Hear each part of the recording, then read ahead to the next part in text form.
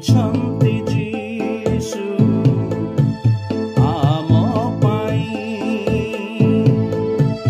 ମରିଛନ୍ତି ଯୀଶୁ ଆମ ପାଇଁ।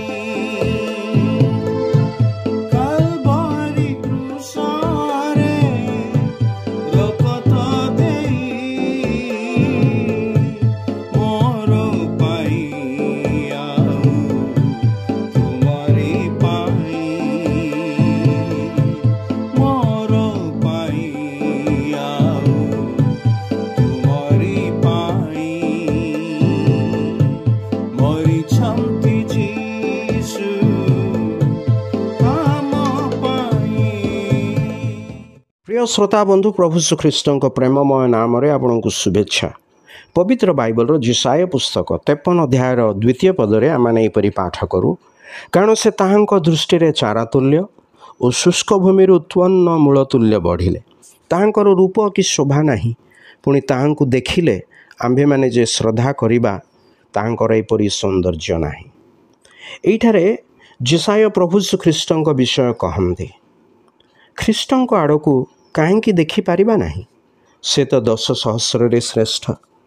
ଆପଣ କୌଣସି ବ୍ୟକ୍ତିଙ୍କୁ ଦୁର୍ଘଟଣାରେ ଗୁରୁତର ଭାବେ ଆହତ ହୋଇଥିବା କିମ୍ବା ସାମୂହିକ ହିଂସାରେ କାହାକୁ ଗୁରୁତର ଭାବେ କ୍ଷତବିକ୍ଷତ ହୋଇଥିବା ଦେଖିଛନ୍ତି କି?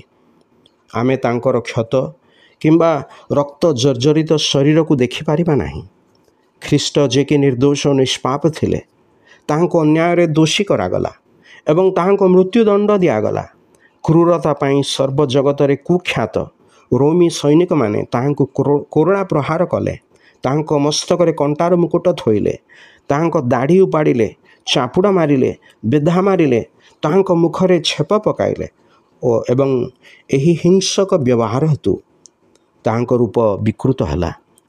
ତଥାପି ଏତିକି ମାତ୍ର କାରଣ ନଥିଲା, ଏହାର ମୁଖ୍ୟ କାରଣ ଥିଲା ସମଗ୍ର ମନୁଷ୍ୟ ଜାତିର ପାପ। ପିତା ଈଶ୍ୱର ସମଗ୍ର ମାନବ ଜାତିର ପାପ ତାହାଙ୍କ ଉପରେ ଥୋଇ ଦେଇଥିଲେ।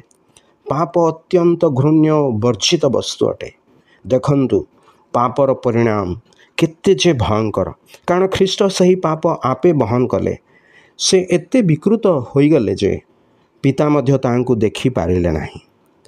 ଈଶ୍ୱର ଏତେ ପବିତ୍ର ଯେ ସେ ଦୁଷ୍ଟତା ବା ପାପକୁ ଦେଖିପାରନ୍ତି ନାହିଁ। ଏଥିପାଇଁ ପିତା ଈଶ୍ୱର ଖ୍ରୀଷ୍ଟଙ୍କ ଠାରୁ ଆପଣା ମୁଖ ଫେରାଇ ନେଇଗଲେ। ଯିଏକି ପାପ ବୋଝ ହେତୁ ବିକୃତ ହୋଇଯାଇଥିଲେ, ଖ୍ରୀଷ୍ଟ ତ ମୃତ୍ୟୁ ଭୋଗ କଲେ, ମାତ୍ର ତୃତୀୟ ଦିନରେ ଜୀବିତ ହେଲେ। ଯିଏ କେହି ସତ୍ୟତା ବିଶ୍ୱାସ କରେ, ସେ ପାପ କ୍ଷମା ଓ ଅନନ୍ତ ଜୀବନ ପ୍ରାପ୍ତ ହୁଏ।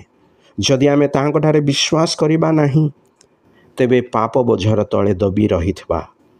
ଏହି କାରଣରୁ ମଧ୍ୟ ପିତା ଈଶ୍ୱର ଆମଠାରୁ ଆପଣା ଦୃଷ୍ଟି ଫେରାଇ ନିଅନ୍ତି। ଏହିପରି ଲୋକଙ୍କୁ ପାପର ଦଣ୍ଡ ନର୍କ ଭୋଗିବାକୁ ପଡ଼ିବ। ତେବେ ଆପଣଙ୍କ ହୃଦୟ ଏହିପରି ବ୍ୟକ୍ତିଙ୍କୁ ଦେବେ ନାହିଁ କି, ଯିଏ ଆପଣଙ୍କ ପାଇଁ ଆପଣାକୁ ବିକୃତ କଲେ?